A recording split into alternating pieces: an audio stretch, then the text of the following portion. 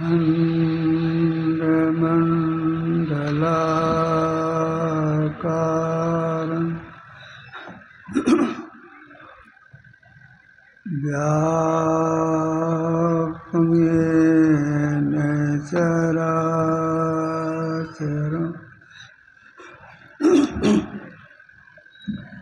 तत्पदं दर्शितं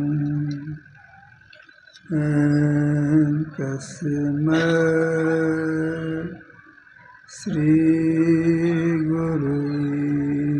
नमः। नमो नमो सद्गुरु नमो जासम को परम पुरुष होते अधिक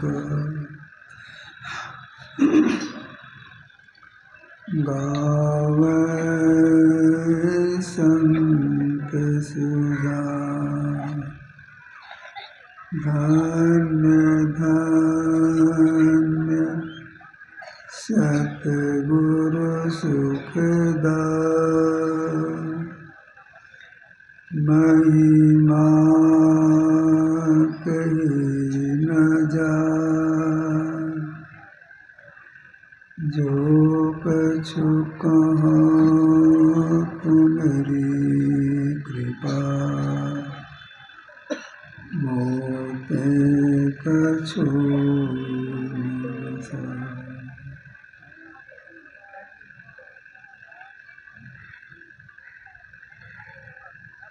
मुद मंगलमय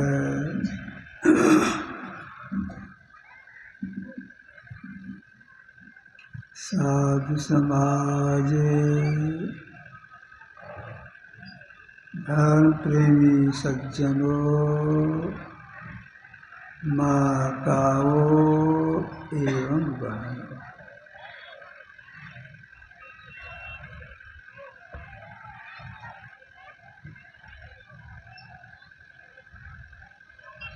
इस कलिकाल में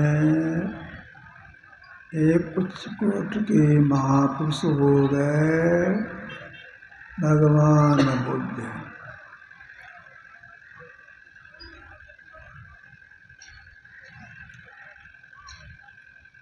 एक दिन भगवान बुद्ध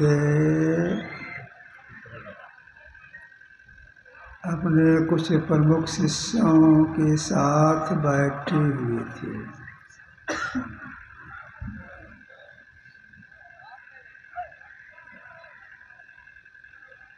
भगवान बुद्ध बोले, सुनो।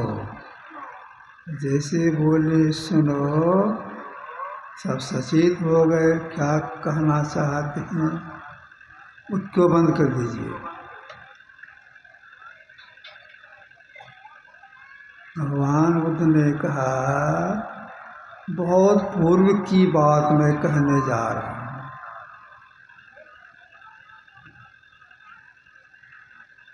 किसी जंगल में एक बहुत बड़ा और बहुत पुराना वट वृक्ष था। उस वृक्ष के पास में एक हाथी, एक बंदर, एक तीतिर, त्रिपक्षी होता है, एक तीतिर पक्षी रहता था। तीनों में बड़ा मेल था, कभी आपस में लड़ाई झगड़ा नहीं करता था, मेल के साथ तीनों रहता था। तीनों बैठे हुए थे।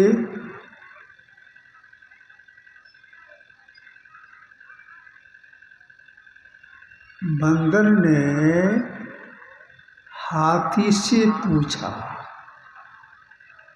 कि भाई हम लोग यहाँ रहते हैं, मिलजुल के रहते हैं, कभी झगड़ते नहीं हैं, लेकिन हम लोगों में एक बात की बहुत कमी है। कमी यह है, आपस में किन्हीं को प्रणाम नहीं करते, यही कमी है। तो जो उम्र में बड़े होते हैं वे प्रणम्य होते हैं। तो आप बताइए, जिस वृक्ष के पास हम लोग रह रहे हैं, इस वृक्ष को कब से जानते हैं? इसमें पता चल जाएगा कि आप बड़े हैं कि हम बड़े हैं।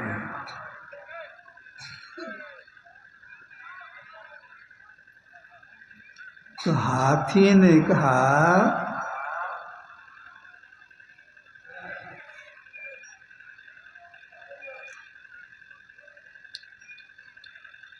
जब यह वृक्ष जाविरारी है बहुत छोटा था, तो कभी कभी मैं यहाँ पर घास चरने के लिए आता था। हाथी की लंबी आयु होती है।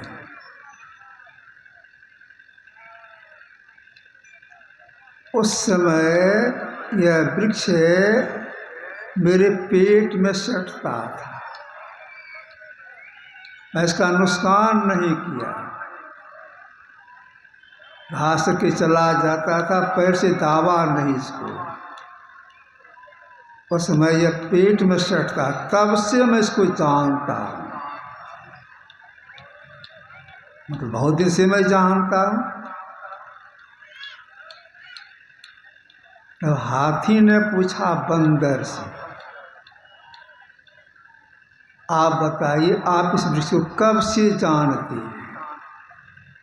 मैं तो अपनी बात बता दी।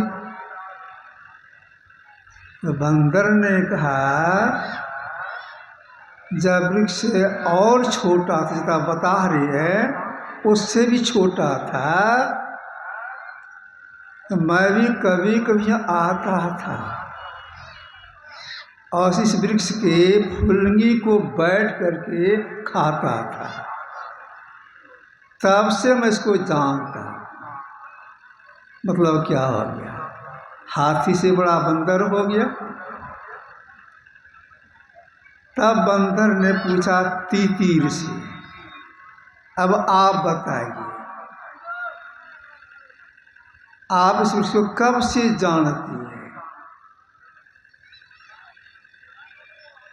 तीतीर पक्षी ने कहा, जहाँ भी हम लोग हैं, यहाँ से कुछ दूर एक जंगल और था। मैं वहीं पर रहता था। कभी कभी उड़ता हुआ इधर आ जाता था।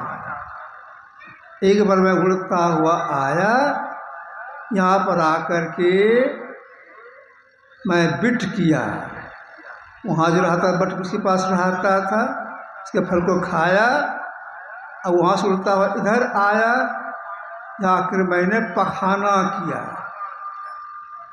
उसी से यह वृक्ष बना है। तब से मैं इसको जानता। सबसे बड़ा तितिर पक्षी हो गया। इतना सुनाने के बाद तब भगवान बुद्ध ने कहा, अब सुनो, यह जो मेरा सेवक है आनंद, उस समय में यह हाथी था। यह जो मेरा प्रधान सेवक शिष्य है सारिपुत्र, उस समय में यह बंदर था। तीतीर तो मैं ही था। अब देखिए, भगवान बुद्ध ने कहा, मेरा सेवक आनंद हाथी जोनी में था, सारिपुत्र बंदर जोनी में था, तीतिर जोनी में मैं ही था, भगवान को तीतिर जोनी में गए। तो हम लोग जीव हैं, सृष्टि काल से अनेक प्रकार के शरीरों को धारण करते छोड़ते आ रहे हैं। तो शरीर धारण करने में और छोड़ने में जीव को बड़ा कष्ट होता है। धर्मशास्त्र में आया है, जब 1000 बिच्छू के डंक के बराबर जीव को कष्ट होता है, तब जीव शरीर का परित्याग कर देता है, फिर कहीं चला जाता है, फिर संसार का शरीर धारण करता है, कुछ दिन ठहरता है, फिर चला जाता, फिर वही दुख। तो सृष्टि काल से हम जीव शरीर धारण करते छोड़ते आ रहे, दुखों को भोगते हुए आ रहे हैं। अगर इन कष्टों से कोई बचना चाहती है, उन्हें क्या करना होगा? महापुरुषों का कहना है, अगर आप इन कष्टों से सदा के लिए बचना चाहते हैं तो एक काम करना होगा, वह काम ईश्वर की भक्ति है। जब तक ईश्वर की भक्ति करके ईश्वर को प्राप्त नहीं कर लेंगे, इन दुखों से नहीं छूट पाएंगे। आवागमन सम दुख दूजा, है नहीं जग में कोई, इसके निवारण के लिए प्रभु भक्ति करनी चाहिए। सिद्धांत पाठ किए हैं। आने में, ठहरने में, जाने में बड़ा कष्ट होता है। इससे बचने के लिए भक्ति करनी चाहिए। तो जिनकी भक्ति करने से हम जीव सदा के लिए दुखों से छूट जाएंगे, जब तक उनके स्वरूप की जानकारी नहीं कर पाएंगे तो सही से उनकी भक्ति भी नहीं कर पाएंगे। इसीलिए महापुरुषों ने प्रयास किया है कि लोग कम से कम बुद्धि के द्वारा ईश्वर के स्वरूप को समझ लिए, साधना करे, प्रत्यक्ष करके जान जाएंगे, दुखों से छूट जाएंगे। पहले बुद्धि में समझाने का प्रयास किए। क्यों बुद्धि में समझाने का प्रयास किए? इसलिए अगर कोई बुद्धि के द्वारा परमात्मा के सही स्वरूप को जान लेंगे, उनके लिए यह ऋषि वाक्य सार्थक हो जाएगा। क्या सार्थक हो जाएगा? ये चेद वेदी दत्त सतमस्ति न चेत्या वेदीन माति विनिष्टि भूतेषु भूतेषु विचित धीरा प्रीत्यास्मा लोकात्मता भवन्ति। यदि इस जन्म में ब्रह्म को जान लिया, बुद्धि के द्वारा जान लिया, तब तो ठीक है, और नहीं जाना तो बड़ी भारी हानि है। बुद्धि की तरह जान लिया तो ठीक है। क्या ठीक है? ठीक यही है, शरीर की अवधि पूरी होगी, शरीर छूटेगा, इसी जीवात्मा निकलेगा, कर्मानुसार जहाँ जाए, फिर संसार में जब आएगा उस जीव को मनुष्य का शरीर मिलेगा। यही ठीक है। अगर नहीं जाने बुद्धि के द्वारा, बड़ी भारी हानि है। बड़ी भारी हानि यही, उस जीव को मनुष्य शरीर नहीं मिलेगा। इसके बाद जो और शरीर है, सांप, बिच्छू, घोड़ा, हाथी आदि शरीर, उसमें जाना होगा। फिर कब मिलेगा मनुष्य का शरीर, कोई ठिकाना नहीं। यही बड़ी भाई हानि है। इस हानि से बच जाए जीवात्मा, उसका मनुष्य शरीर मिले, सादा विधि सीखे, करने में लग जाए, किसी जन्म में मुक्ति को प्राप्त कर ले। इसीलिए महापुरुषों ने बुद्धि में अटाने के ख्याल से, बुद्धि में समझाने के ख्याल से ईश्वर के स्वरूप को तरह तरह समझाने का प्रयास किए हैं। लोग बुद्धि में थोड़ा समझे, सही में परमात्मा का सही स्वरूप यही है। एक उच्चकोट के महापुरुष हो गए संत सुंदरदास जी महाराज। ये दादुल जी महाराज के शिष्य थे। इस जब साधना करके संत बन गए, तब इनके मन में हुआ कि लोगों को बुद्धि में ईश्वर के स्वरूप समझाना चाहिए। और समझाने के पहले इनके मन में आया कि जो परमात्मा वाणी का विषय नहीं है, इंद्रिय ज्ञान से परे है, उसको हम वाणी द्वारा कैसे समझाएंगे, कैसे बोलेंगे। कहने में तो लाज आती है। जो वाणी का विषय नहीं है, जो घर से परे है, उसका मुंह से कहेंगे तो कहने में लाज आती है, लाचारी प्रकट किए। क्या कहिए, कहते न बने कछु, जो कहिए कहते ही लजई, लाज आती है। क्या कहेंगे, वाणी का विषय है नहीं परमात्मा। बुद्धि में समझाना है लोगों को, इसलिए मैं कहता हूं। क्या कहा इन्होंने आगे, व्योम को व्योम अनंत अखंडित, आदि नो अंत सुमत कहाँ है, को परमान करे परिपूरन, द्वैत अद्वैत कछो न जहाँ है, कारण कार्य भेद नहीं कछो, आप में आप ही आप तहाँ है, सुंदर दिशत सुंदर माहे सो, सुंदरता कहीं कौन वहाँ है। इन्होंने समझाने के ख्याल से क्या क्या क्या कहा, व्योम को व्योम, इसके बाद का अनंत अखंडित। तब आप कहेंगे कि व्योम को व्योम क्या हो गया, पहली बार सुने हैं व्योम को व्योम।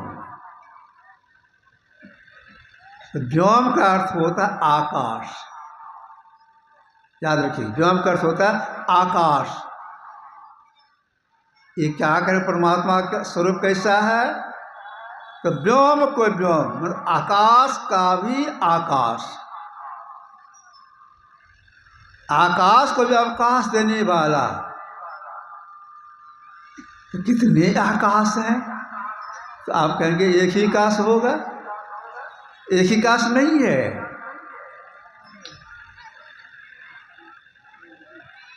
पंचालिक चुकुट के महापुरुष हो गए गुरु नानक साहब, उन्होंने कहा लख लख आकाशा,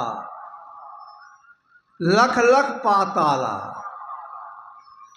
लाख लाख आकाश, करोड़ों आकाश, अनंत अनगिनत आकाश। कैसे समझेंगे इस बात को। पूर्व ऋषि क्या किए, बुद्धि में समझाने ख्याल से जितने भी आकाश हैं, एक करोड़ आकाश हो या इससे बेसी आकाश हो, इससे बेसी आकाश हो, सभी आकाशों को 5 भाग कर दिए। अब पांचों का नाम रख दिए, बुद्धि में समझाने के लिए ख्याल से किया। क्या नाम रख दिए, याद रखिएगा। आकाश, पराकाश, महाकाश, सूर्याकाश और परमाकाश, 5 आकाश।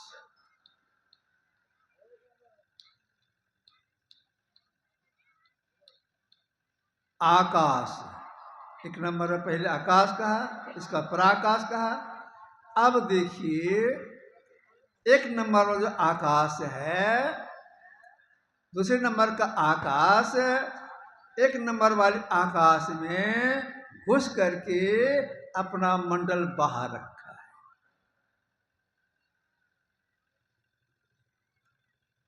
तीन नंबर वाला आकाश 2 आकाश में घुस के अपना मंडल बाहर रखा है। 4 नंबर वाला आकाश तीन आकाश घुस के बाहर है। 5 नंबर का आकाश 4 आकाश घुस के उसके बाहर है। व्योम को व्योम, जितने आकाश हैं सभी आकाशों को भर करके अपना मतलब बाहर रखने वाले परमात्मा है। व्योम को व्योम, आगे क्या कहा समझाने ख्याल से, व्योम को व्योम अनंत अखंडित, अनंत जिसका कोई अंत नहीं, जिसमें आदि नहीं, मध्य नहीं, अंत नहीं, अनंत। अनंत एक ही एक होता, 2 नहीं। अगर 2 अनंत हो जाएगा, दोनों सीमा वाला हो जाएगा। तो अनंत एक ही एक है, उसके बाद अवकाश नहीं है। व्योम को व्योम अनंत अखंडित, उसका कभी नाश नहीं होता, खंड नहीं होता है। परमात्मा सृष्टि में जितने भी लोकांतर हैं, जितने भी ब्रह्मांड आदि हैं, उसमें रहने वाले जितने देव देवियां हैं, सब खंडित, समय आने पर, समय पूरा होने पर सबका नाश हो जाता है। एक परमात्मा का नाश नहीं होता है। भगवान श्री राम, इनके गुरु महाराज वशिष्ठ मुनि दोनों बैठे हुए थे। कहाँ पर? अयोध्या में। भगवान राम का जन्मस्थान अयोध्या। दोनों गुरु शिष्य बैठे हुए थे। किसी बात के सिलसिले में वशिष्ठ मुनि भगवान राम से कहने लग गए, हे राम, एक बार मैं अपने पिता ब्रह्मा जी से पूछा कि आप ही ब्रह्मा हैं कि और कोई ब्रह्मा है?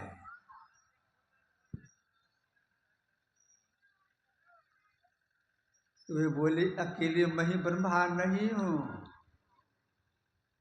बहुत से ब्रह्मा है, बहुत से ब्रह्मांड हैं। एक एक ब्रह्मांड में एक एक ब्रह्मा जी हैं, बहुत से ब्रह्मा हैं, बहुत से ब्रह्मांड में बहुत से ब्रह्मा है।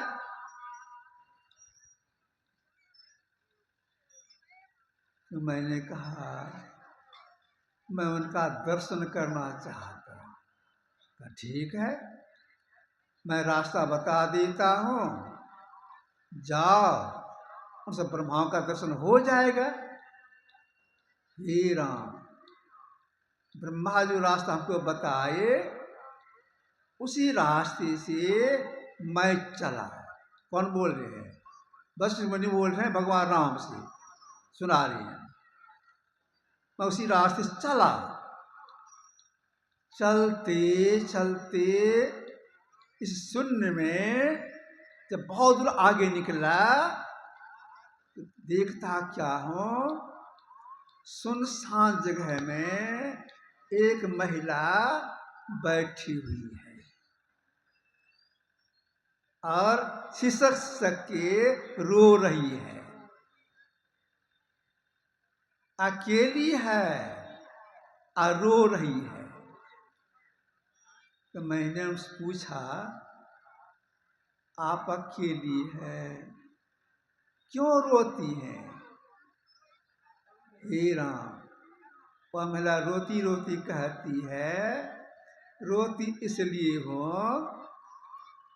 ब्रह्मा जी ने मुझे वचन दिया था कि मैं तुम्हारे साथ शादी करूंगा, लेकिन अब वे मुकर गए, मेरे साथ शादी नहीं करेंगे, इसीलिए मैं यहाँ की रोती हूँ। हे राम, मैंने उस महिला से कहा, मेरे पिता ब्रह्मा जी हैं, वे कभी कहा कि इनकार नहीं करते हैं। तो वह महिला कहती है, वह ब्रह्मा नहीं जो आपके पिताजी है, ये दूसरे ब्रह्मांड के ब्रह्मा है, जिन्होंने मुझे कहा था अब इनकार करके शादी नहीं करेंगे। तब मैंने उस महिला से कहा, मैं तो वहीं जा रहा हूं, चलिए मेरे साथ, मैं पूछूंगा कि वचन देकर इनकार क्यों कर गए। चलिए।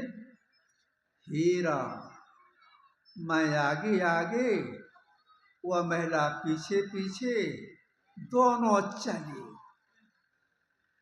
चलते चलते दूसरे ब्रह्मांड में पहुंचे, ब्रह्मा जी से भेंट हुए। तो ब्रह्मा जी से मैंने कहा, वसुदेव कह रहे भगवान राम से, ब्रह्मा जी से मैंने कहा, आपने इस महिला से कहा था कि शादी करूंगा, इनकार क्यों कर गए? तभी ब्रह्मा जी बोले, मैं कहा था जरूर, पीछे विचार किया, जिस ब्रह्मांड में हम रह रहे हैं, इस ब्रह्मांड के प्रलय होने का समय आ गया है, हमको तो यहीं रहना है। अगर मैं शादी कर लेता हूं, यह विचार भी मेरे पास रहेगी, तो मेरे साथ साथ इसका भी नाश हो जाएगा, इसलिए मैं इनकार कर गया। सुनिए, आप दोनों इस ब्रह्मांड के अंदर आ गए हैं, इस ब्रह्मांड में रह जा रहा हूं, जल्दी भागिए यहां से, इस ब्रह्मांड का प्रलय होने का समय आ गया है, बहुत कम समय है, जल्दी भागिए। अगर नहीं भागेंगे तो मेरे साथ साथ आपका भी नाश हो जाएगा। हे राम, जैसे कहा तो दोनों भागे वहां से, भागते भागते से ब्रह्मांड को पार कर गए, तब उलट के देखा, वह ब्रह्मांड ब्रह्मा समेत जल करके समाप्त हो गया, जल के समाप्त हो गया। अब देखिए, जितने ब्रह्मांड हैं सब खंडित हैं, सबका नाश होता है, लेकिन परमात्मा का नाश नहीं होता है। यही ये कह रही हैं कि व्योम को व्योम अनंत अखंडित और आदि न अंत सुमद्ध कहाँ है। परमात्मा इतने बड़े हैं कि उनके बाहर में अवकाश ही नहीं है। तुलसीदास जी महाराज ने लिखा है इनके संबंध में, निरुपम न उपमा आन राम समान, राम निगम कहन कोई पानी को, कितने बड़े हैं, कितने महीन हैं, कितने बलवान, कोई उपमा नहीं है, उपमा रहित है वे। जो उपमा रहित हैं,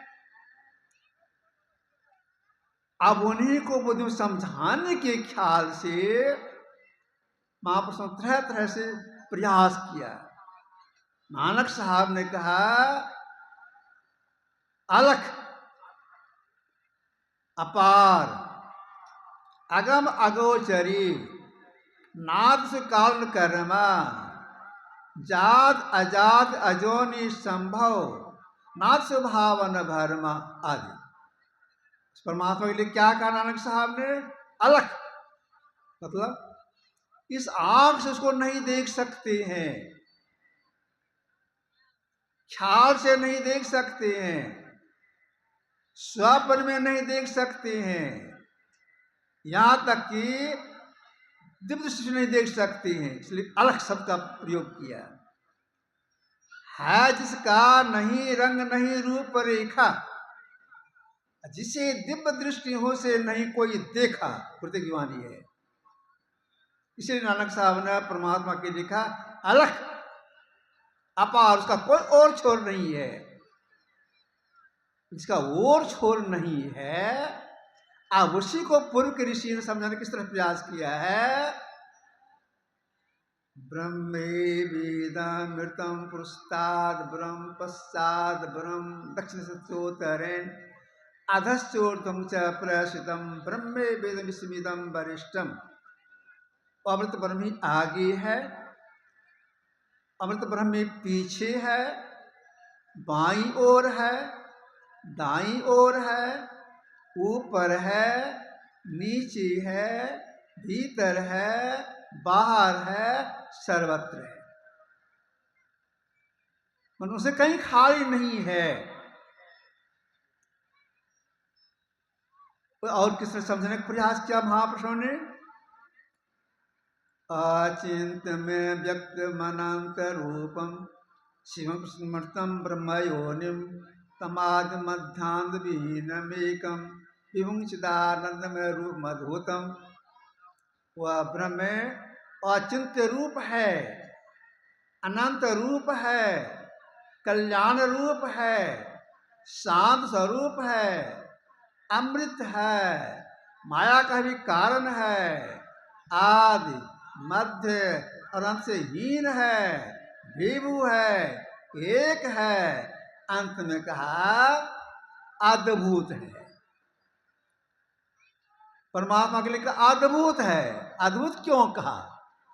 देखिए अद्भुत क्यों कहा। हम लोग शरीर के अंदर में 4 अंतःकरण इंद्रियां हैं, मन, बुद्धि, चित्त, अहंकार। चारों का 4 काम है। मन का काम है संकल्प विकल्प करना, बुद्धि काम है निर्णय कर देना, चित्त का काम है स्पंदन करना, हिलडुल करना, अहंकार काम है मैंपन का बोध करना। चारों का 4 काम। ये चारों अंतःकरण जो है सूक्ष्म जड़ है। जब यह जड़ है तो संकल्प विकल्प कैसे करता है, निर्णय कैसे लेता है, स्पंदन कैसे करता है, मैंपन का बोध कैसे करता है। तो किसी शक्ति से करता हो। किसकी शक्ति से मन संकल्प विकल्प करता है, बुद्धि निर्णय लेता है, चित्त स्पंदन करता है, दानवेपन का बोध करता है। याद रखिएगा, चेतन की शक्ति से मन संकल्प विकल्प करता है, चेतन की शक्ति से बुद्धि निर्णय लेती है, चेतन के शक्ति से चित्त स्पंदन करता है, चेतन की शक्ति से अहंकार मैंपन का बोध करता है, चेतन की शक्ति से सूर्य की गर्मी कम रही है, चेतन शक्ति से हम लोग शरीर पहले कोमल था कड़ापन में आ गया, उसकी शक्ति से इसका नाश भी होगा। वृक्ष नीचे से गुठली से वृक्ष बनता है, बढ़ता है चेतन शक्ति से बढ़ता है, झड़ता है सूखता है चेतन शक्ति से। जिसकी शक्ति से काम हो रहा है चेतन से, उस चेतन में भी परमात्मा व्यापक होकर के अपना मंडल बाहर रखे। चैतन्य चैतन, कबीर साहब ने कहा चेतन को चेतना प्रदान करने वाली जो है वह है परमात्मा।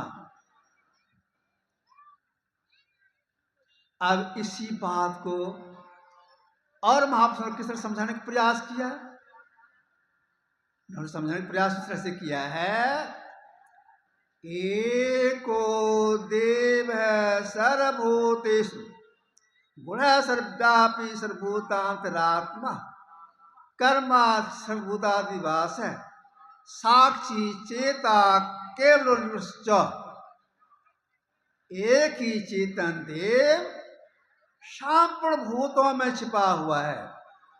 पंचभूतात्मा सभी भूतों में छिपा हुआ है, सर्वव्यापक है, संपूर्ण अंतरात्मा है, कर्मों का अधिक्षण ज्ञाता है, साक्षी है, चेतन है, निर्गुण है आदि।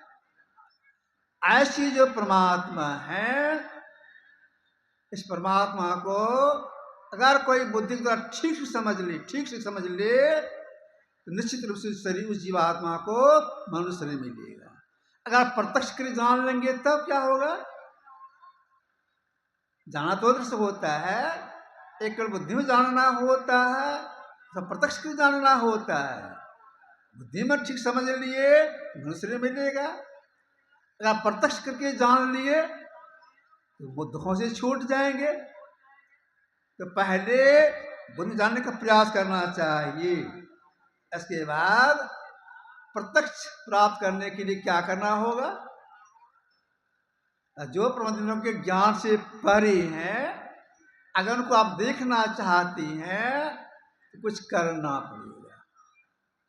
वैसे नहीं होगा, कुछ करना पड़ेगा।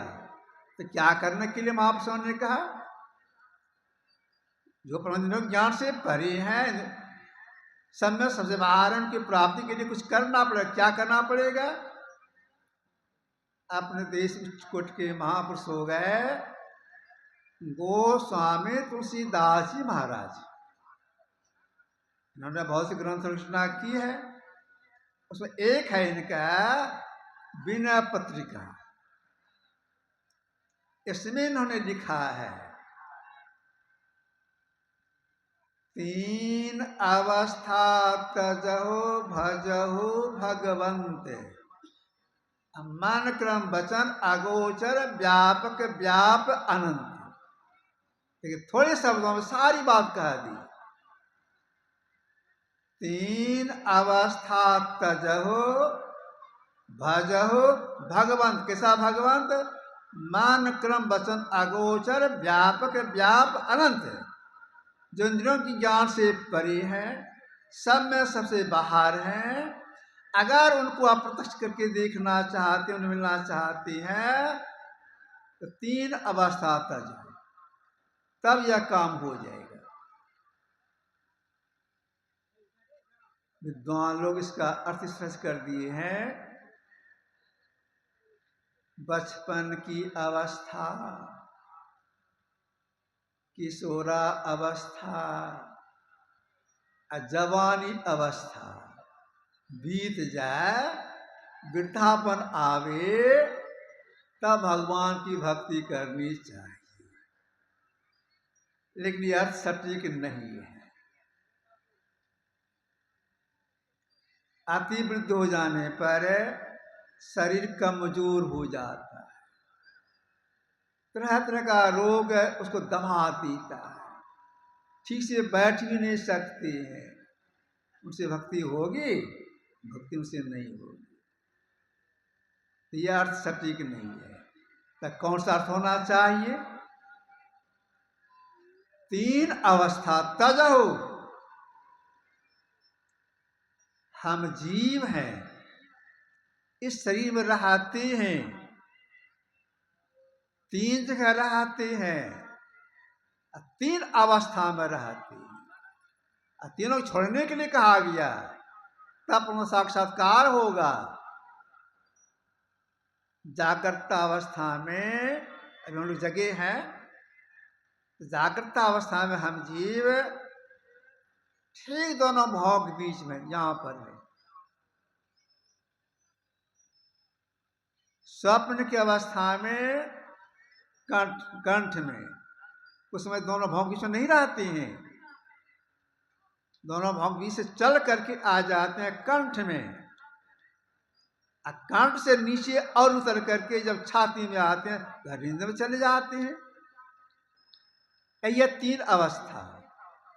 तुलसीदास जी का कहना है कि जो परमात्मा ज्ञान से परे है, सब में सबसे बाहर हैं, अगर सही मानव की भक्ति करके उन्हें मिलना चाहती हैं, आप गहरी अवस्था में नहीं जाएं, स्वप्न में नहीं जाएं, और अभी जो जागृत अवस्था दोनों भोग बीच में है, इसमें भी नहीं रहे।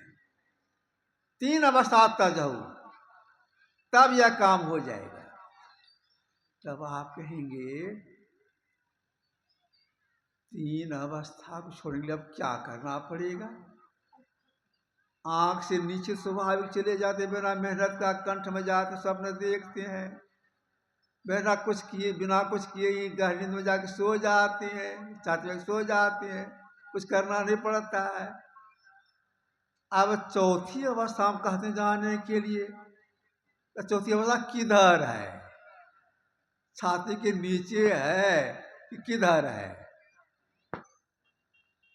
आपसे कहना है छाती के नीचे नहीं, जागृत अवस्था में भोग बीच में है, इसके ठीक ऊपर में, भीतर में, इसके ऊपर में है चौथी अवस्था। उसका क्या नाम है? उसका नाम आपने ने कहा तूरिक अवस्था। जब उसमें प्रवेश करेंगे तो सही मानव सूक्ष्म भक्ति प्रारंभ हो जाएगी, इंद्रियां छूटेगी। चौथी अवस्था में प्रवेश करने के लिए महापुरुषों ने कहा। अब चौथी अवस्था में प्रवेश करने के लिए क्या करना पड़ेगा? अपने से होगा? अब दोनों भाव भी इसमें है, दोनों भाव के बीच से सरक करके ऊपर चलना है, ऊपर चढ़ाई करनी है। अपने से होगा? अपने से नहीं होगा। इसके लिए गुरु के पास जाना होगा। अगर कोई यह सोचे कौन इतना झंझट करे,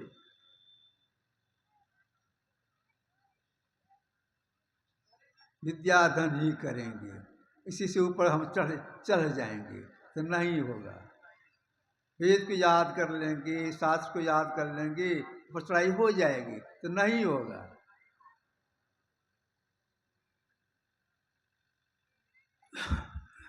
कितना ही प्रयास किएगा जब बाहरी अध्ययन करके हम ऊपर चढ़ जाए, नहीं होगा। इसके लिए गुरु के पास ही जाना पड़ेगा। बिना गुरु है कि ज्ञान, गुरु के पास जाना होगा। जब तक गुरु के पास जाएंगे सीखेंगे नहीं, इस काम में सफलता नहीं मिलेगी। तो गुरु के पास जाएंगे, क्या कहेंगे, वो क्या बताएंगे? वही क्रिया बताएंगे, इस क्रिया से विशेष के द्वारा आप दोनों भाव के बीच के चल करके क्रिया अवस्था प्रवेश करेंगे। वही क्रिया वे बताएंगे। क्रिया विशेष क्या है? वह क्रिया विशेष यह है कि परमात्मा के जपने के बहुत से नाम हैं। दादू सृजनहार के केते नाम अनंत, और से नाम है परमात्मा के, और जपने वाला यह नाम है। इन बहुत से नामों में से एक नाम का जप करना होगा। पहले अगर त्रिअवस्था प्रवेश करना है तो हृदय की शुद्धि के लिए एक नाम का जप करके महापुरुष कहते हैं। पहले अगर यह सोचे हृदय शुद्धि के लिए हम तीर्थ में जाएं, व्रत त्योहार करें, सभी व्रत में बताए छठ पर्व बेसी माना जाता है। छठ व्रत करें, यह करें, वह करें, तो शुद्धि नहीं होगी।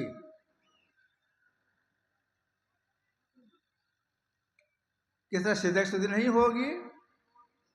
जैसे पाहन जल में राख्यो, भेद नहीं तही पानी, वैसे तुम काहे पिछानो भक्तिहीन जो प्राणी। जो पत्थर को आप पानी में रख दें, 10-20 साल छोड़ दें, निकालेंगे उससे पानी से, तोड़ेंगे, भीतर सूखा सूखा दिखाई पड़ेगा। इसी तरह से तीर्थ में जाएंगे, व्रत त्योहार करेंगे और कुछ करेंगे, हृदय शुद्धि नहीं होगी।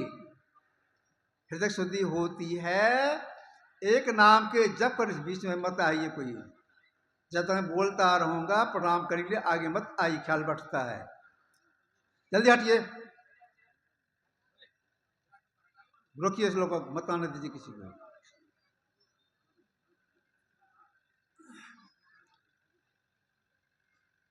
हृदय की शुद्धि के लिए एक नाम का जप करने के लिए महापुरुष बताते हैं, अति पावन गुरु मंत्र मन ही मन जाप जपो, गुरु का दिया मंत्र अत्यंत पवित्र होता है, उस जपने से हृदय शुद्धि होती है। एक नंबर में बताते, एक नाम का जप करने के लिए, हृदय शुद्धि के लिए अगर इस नियम में लगे रहेंगे त्रिवस्था में प्रवेश नहीं करेंगे। तब इस आगे क्रिया क्या बताते हैं, इनका ध्यान कीजिएगा। एक नाम जप करने के बाद बता देती हैं, इनका ध्यान कीजिएगा। तो जिनका संकेत कर दे ध्यान करने के लिए, उन्हीं के रूप का ध्यान करना चाहिए। अगर औरों पर ख्याल लगाते रहेंगे, 2 4 5 पर ख्याल लगा के रखेंगे तो मानस ठीक नहीं बनेगा। एक पर अपने ख्याल लगाने के लिए महापुरुषों ने कहा, एक पर, एक को देखिए, आंख खोल के भी देखिए तो एक रूप को देखिए, आंख बंद कर देखिए तो एक रूप का ख्याल कीजिए, एक का। अनेक पर लगा के रखेंगे, समय आपका बर्बाद होगा, मानस ठीक नहीं होगा। एक बात तो सुनाता हूं आप लोगों को।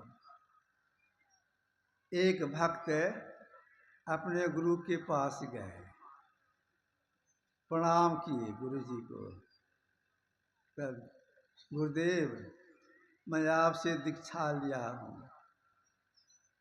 कई साल हो गए, सुनते हैं कि मानस ध्यान में वो दर्शन होता है, कहाँ होता है हमको? गुरुदेव मैं इसके लिए अलग में कुटिया बना लिया हूँ, अपना घर बनाया हूँ, अपने से उसकी सफाई करता हूँ, साफ सुथरा रखता हूँ, किसी को जाने भी नहीं देता हूँ, परिवार के लोगों को किसी को जाने नहीं देता हूँ, पवित्र रखता हूँ।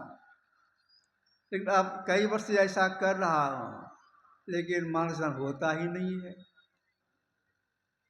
गुरुजी ने कहा, देखो जहाँ तुम्हारा घर है उसके आगे जो फलाना गांव है, कल हमको वहाँ सत्संग के लिए जाना है, तो जाएंगे, तुम्हारे घर होकर ही जाएंगे, इतने समय में जाएंगे। पहले तो हम तुम्हारा ध्यान करने जो बनाया है उसको हम देख लेंगे, इसके बाद तब जाएंगे। वहीं कहेंगे तुमको कि क्यों नहीं ध्यान बनता है, क्यों नहीं मनसन होता है, अभी तुम घर जाओ। बेचारे अपना घर आ गए। दूसरे दिन के गुरुजी अपना स्नान ध्यान किए, समय पर आप चले जहाँ सत्संग के लिए जाना था। चलते चलते उनके घर पर पहुंचे, आके प्रणाम किए, जल्दी हमको वह घर दिखाओ जहाँ तुम ध्यान करती हो, क्या हमको जाके सत्संग करना है। तो चला जा, तो ले गए।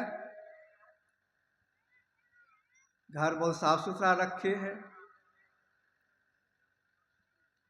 गुरुजी पूछते हैं, घर तुम्हारा बहुत अच्छा है, साफ सुथरा रखे हो। अच्छा एक बात बता,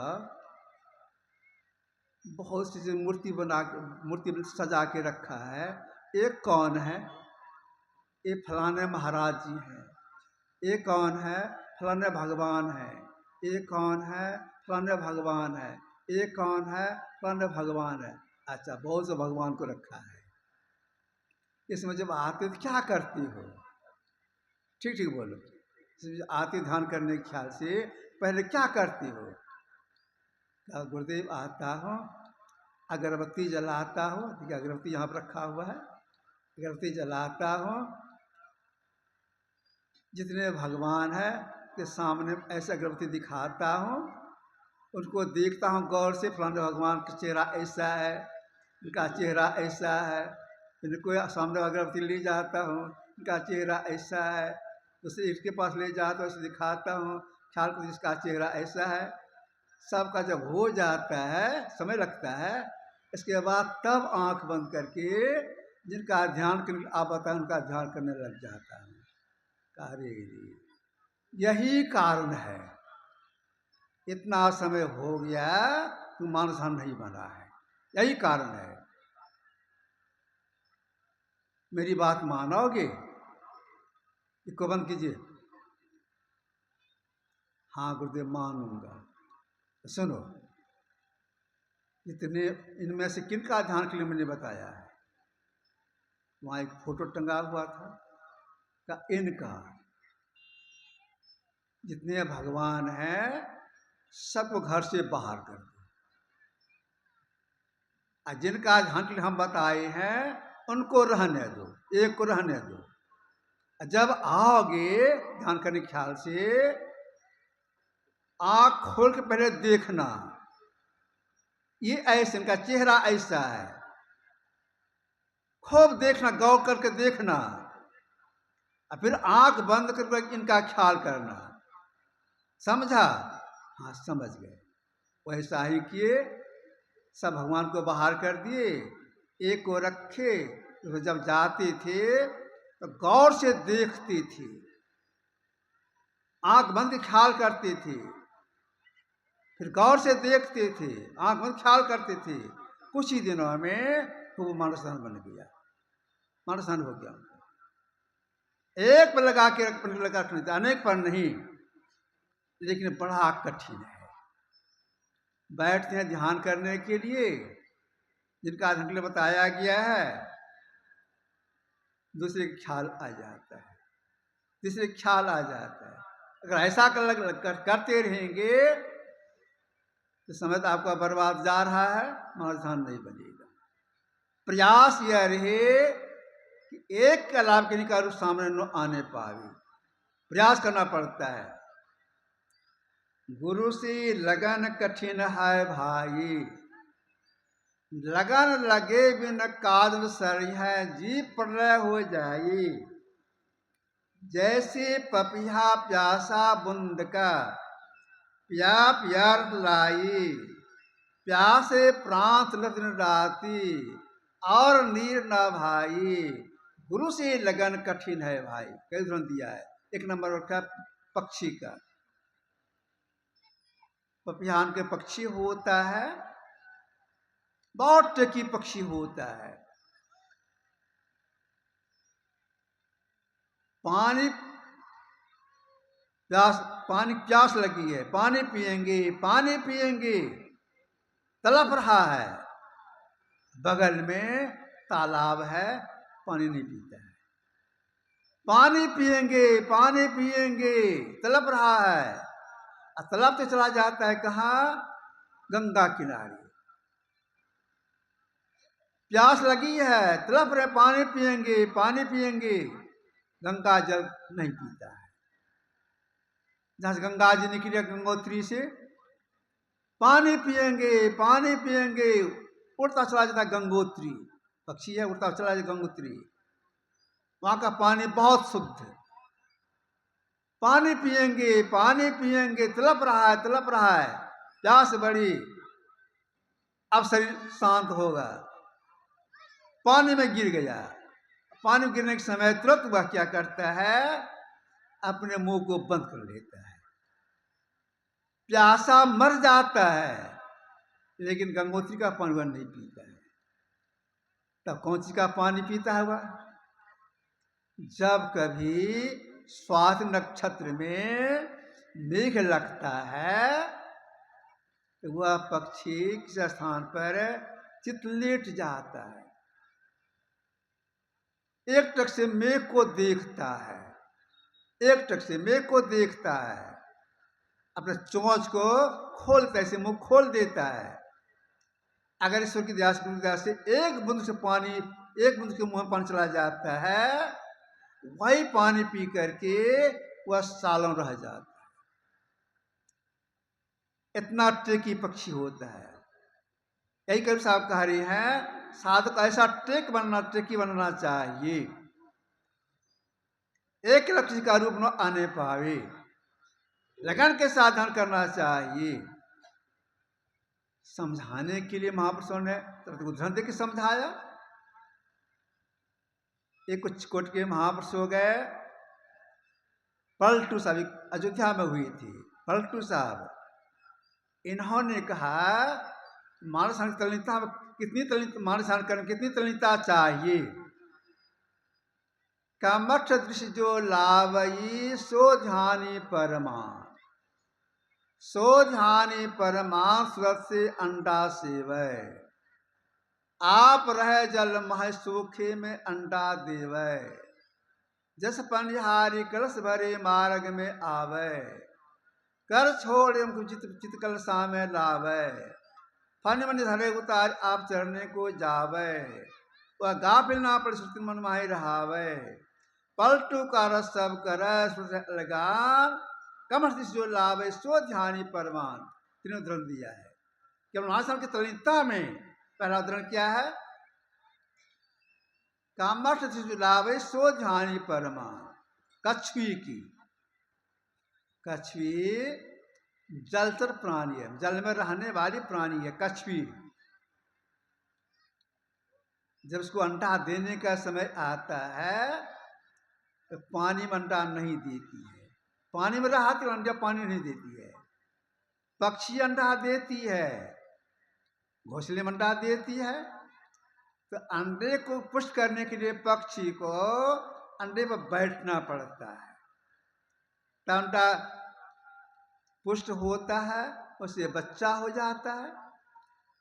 कछुई जो अंडा देने के समय आता है तो पानी से निकल जाती है, चलिए सूखे जमीन पर चली जाती है और वहां जाकर के अंडा देती है। अंडे पर बैठती नहीं है। पक्षी अंडे पर बैठ करके अपनी देह की गर्मी पहुंचाती है तो अंडा पुष्ट से बच्चा होता है। और कछुई अंडे पर बैठती नहीं है तो वह क्या करती है? अंडे को गौर से देखती है कि मेरा अंडा ऐसा है। एक टक से देखती है मेरा अंडा ऐसा है। देखते देखते मन बसा ली कि मेरा अंडा ऐसा है।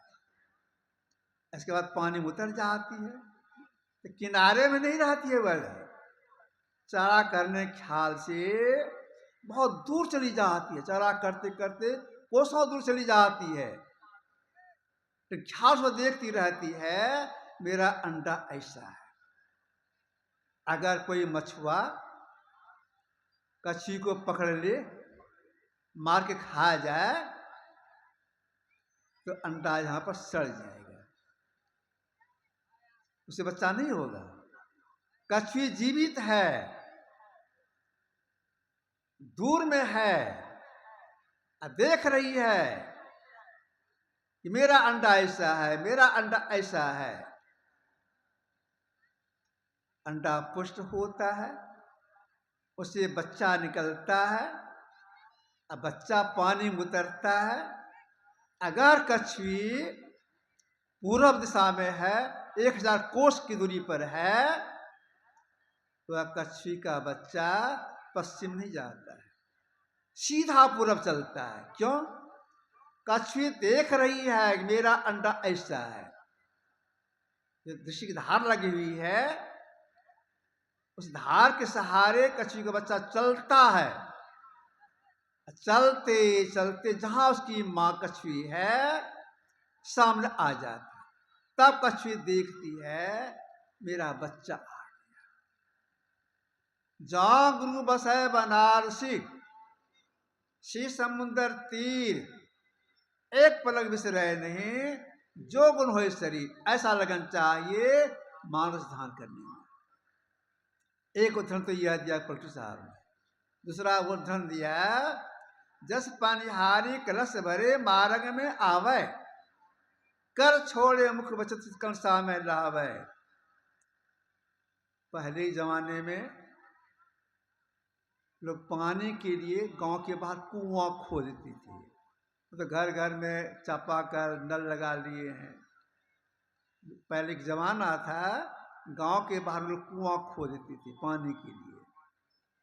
माँ बहन जाती थी पानी भरने के लिए, पुरुष भी जाते थे। माँ बहन समय के बचत के ख्याल से क्या करती थी, जल्दी काम हो जाए, मवेशी है तो लाद में पानी देना है, भोजन के लिए पानी रखना है, और काम करने के लिए पानी रखना है, तो कम समय में सब काम हमारा पानी वाला हो जाए, तो 2 घड़ा लेती थी, 2 घड़ा, अपना बाल्टी अपना रस्सी। कई महिला चाहती थी पानी भरने के लिए, लेकिन सब अपने हाथ में 2 घड़ा, अपना बाल्टी अपना रस्सी, पानी से घड़ा भरती थी, 2 घड़ा भर लेती थी, बाल्टी में पानी भर लेती थी। अब उधर से चलना है। चलने का रास्ता कैसा, ऊबड़ खाबड़। वह माँ बहनें करती क्या थी, 2 घड़े में पानी है, बाल्टी में पानी है, एक घड़े को माथे पर लेती थी, एक घड़े को बाएं कमर पर, इस पर कमर पर, अब हाथ से इसको ऐसे पकड़ती थी, गिरे नहीं। बाकी बच गया दाहिना हाथ, दाहिना हाथ में बाल्टी, बाल्टी में पानी, उसको बगल में रस्सी लटका लेती थी। अब चलती थी घर की ओर, रास्ता ऊबड़ खाबड़, चुपचाप नहीं चलती थी। जो उनके साथ में सब उनकी सखियां या परिवार के लोग को भी हैं, गप सप करती, यह काम ऐसे हुआ, यह काम ऐसे हुआ, यह काम ऐसे हुआ, गप सप करती जा रही हैं। रास्ता ऊबड़ खाबड़ है। अब देखिए,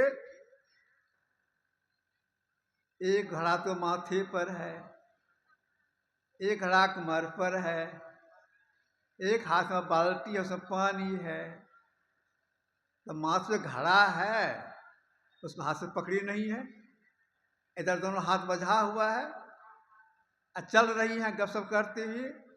तो माथे जो घड़ा है वो गिरता क्यों नहीं है, क्यों नहीं गिरने देती है?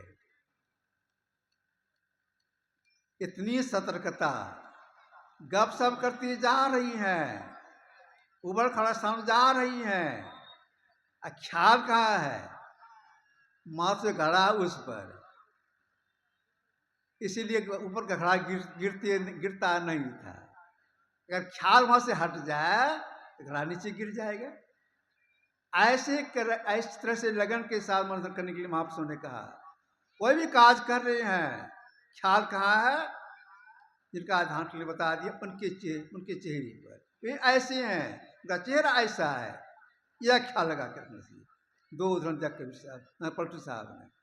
तीसरे में क्या कहा, फानी मनी धारा उतार आप चरने को जावे, वह गाफिल ना पड़े सुत मन वहीं रहावे। फनी मनी धारे उतार आप चरने को जावे। सांप बाहर में घूम रहा है, स्वाद नक्षत्र का समय आ गया, वर्षा प्रारंभ हो गई, और सांप के मुंह में स्वाति वाला बूंद चला जाता है, उसके भीतर में वह बूंद मणि का रूप ले लेता है, बहुत कीमत का होता है, और उसमें प्रकाश भी होता है। रात के समय में सांप बिल से या जंगल से निकलता है चारा करने के लिए, अपने मुंह से मणि को निकालता है। मणि का गुण है प्रकाश देना, और प्रकाश में पतंगा दौड़ता है, और वह सांप उस प्रकाश में पतंगा खाता है, ओस चाटता है। पतंगा खा रहा है, ओस चाट रहा है, लेकिन ख्याल का लगा हुआ है मणि पर, कोई ले न ले। जरा सा हट मिलता है, खटखट हुआ, झट से वो सांप क्या करता है, मणि को मुंह में ले करके निकल जाता है, भाग जाता है, लेने नहीं देता है। इसी तरह से सब काम करते हुए, सब काज करते हुए ख्याल लगा रहे, वे ऐसे हैं, उनका चेहरा ऐसा है। देखिए, जो मानस ठीक ठीक करने का प्रयास करती हैं, तो जिनका ध्यान किया जाता है, उनका गुण उनके अंदर में धीरे धीरे आने लगता है। इतना लाभ है, का गुण भी धीरे धीरे ध्यान करने के अंदर में आने लगता है। जैसे देखिए, द्रोणाचार्य वन विद्या के गुरु ही थे, चल सिखाने वाले गुरु ही थे। द्रोणाचार्य राजकुमारों को सिखाते थे। एक युवक उनके पास गया, दूर से ही प्रणाम किया और हाथ जोड़ते कहा, गुरुदेव, मैं भी आपका शिष्य बनना चाहता हूँ, आप भी मुझे बाण विद्या सिखाइए। द्रोणाचार्य ने कहा, तुम्हारा क्या नाम है? कहा, मेरा नाम एकलव्य है। किस जाति की हो? कहा, मैं भील पुत्र हूँ। कहा, मैं भील पुत्र को नहीं सिखाऊंगा, मैं कुछ क्षत्रियों को सिखाता। तुम जाओ, तुमको हम अपना शिष्य नहीं बनाएंगे। एकलव्य लगनशील था, निराश नहीं हुआ। जहां खड़ा था वहीं से द्रोणाचार्य को देखने लग गए। इनका बाल ऐसा है, ललाट ऐसा है, आँख का भौं ऐसा है, नाक ऐसा है, आँख ऐसा है, गाल ऐसा है, दाढ़ी ऐसी है, गला ऐसा है, छाती ऐसा है, बाँ ऐसा, आदि को देख लिए, गौर से देख लिए।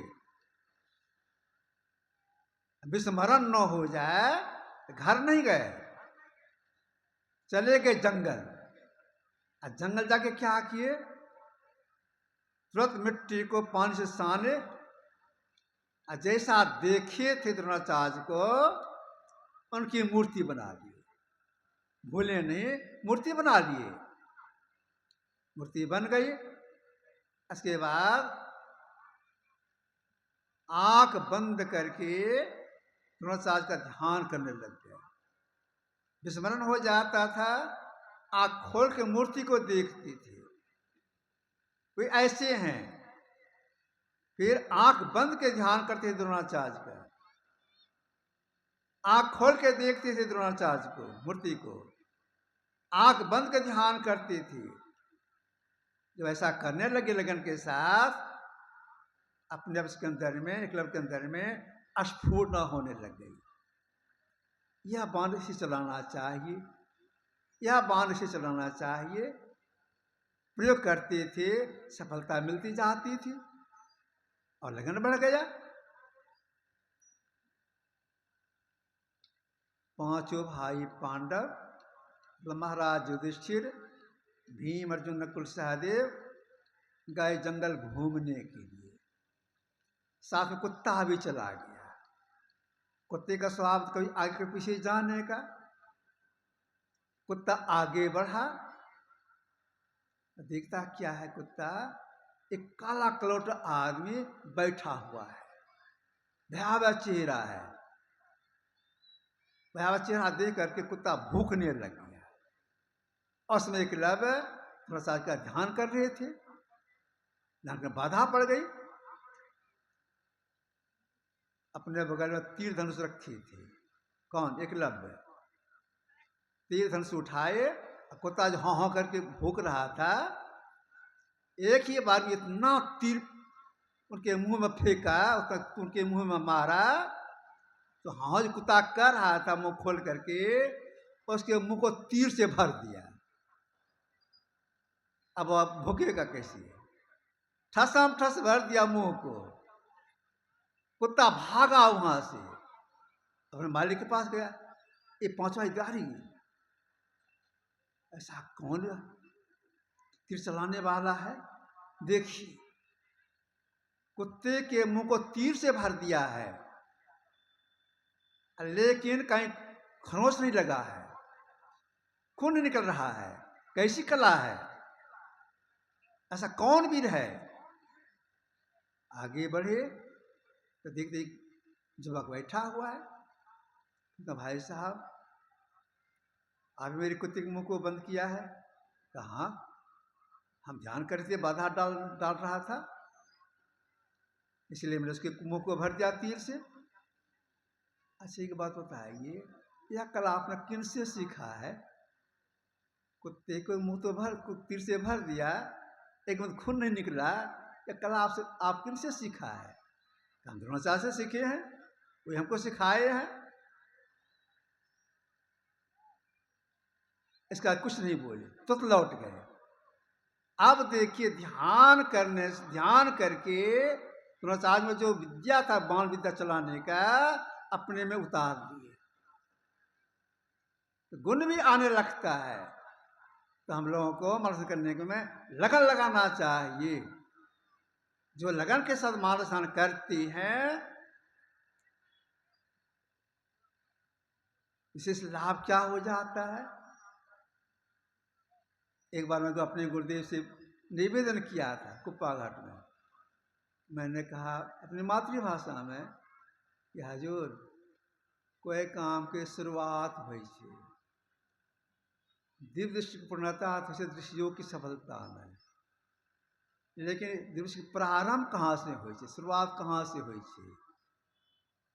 गुरु महाराज जी बोले थे मानस ध्यान से जी, कर्म खूब मानस ध्यान कर लेंगे, जिस प्रारंभ यहीं से हो जाएगी।